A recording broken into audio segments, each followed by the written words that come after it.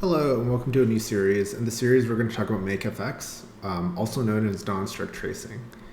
So this is one of two primary methods Pytorch uses to do graph capture, and I think there's a lot to learn, so let's dive right into it.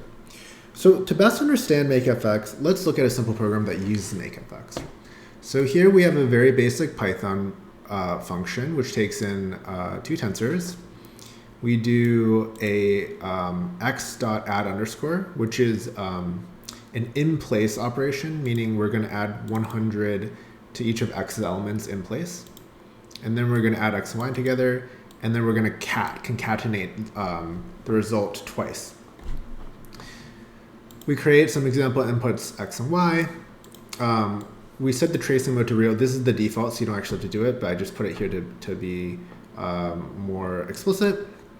We print x, we run makeFX, we print x again, and then we print out the trace code. So if we look at what happens when we run this, we'll see some interesting things. So the first thing you'll notice is we print x twice.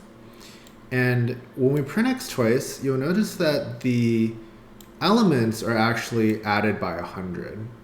And so what this is telling us is that when we're doing makeFX with real tensor tracing, we're actually running the computation, and the side effects, everything, they're happening.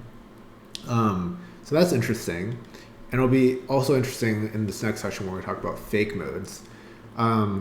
Secondarily, we print out the trace code, and so as you can see, makeFX gives us effectively a graph, right? So we've captured, this add underscore, we've captured the add, we've captured the cat, and we've actually captured a graph by calling makeFX. And then lastly, makeFX is able to do shape propagation, which is not that impressive for real tensor tracing because you have the real tensor, so you could look at the shape that way.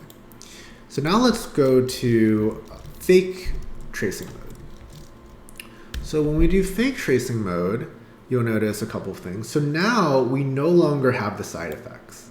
I have another video about fake tensors, but basically we're simulating operations and tracking the shapes, but we're not actually running the computation in the traditional sense. We still capture the graph, and we still actually get the shapes. So this is quite interesting. So we have a mechanism to actually propagate the shapes even in fake tensor mode. So this is the basis of what makeFX is. It's a graph capture mechanism. And in future videos, we're going to talk about how do we actually do this? How did we get this graph? And how did we derive the shapes in this function call? And so, yeah, I'll see you in the next one.